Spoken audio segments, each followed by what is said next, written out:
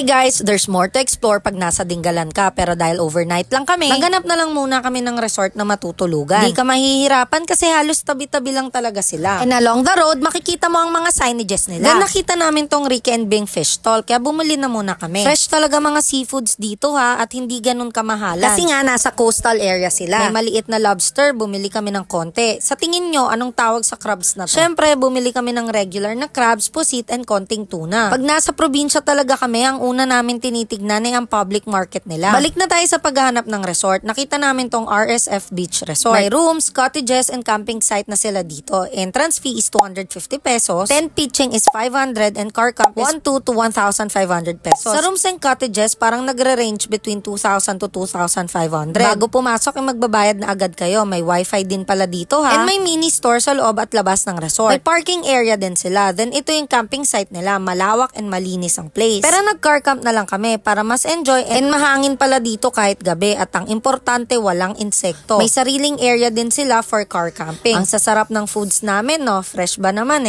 di kainan na. Pagtapos, pumunta kami sa dagat. Ang dilim sobra, pero dahil may bago kaming headlamp, tinry na muna namin. Pagsapit ng umaga, ang sarap nga magkape sa ganitong setup at view. Ang sarap ng ganitong klaseng pahinga. Tahimik at kalmado lang. Sa susunod na balik namin, we'll make sure na hindi na kami mabibitin sa oras. Ayun lang, bye-bye!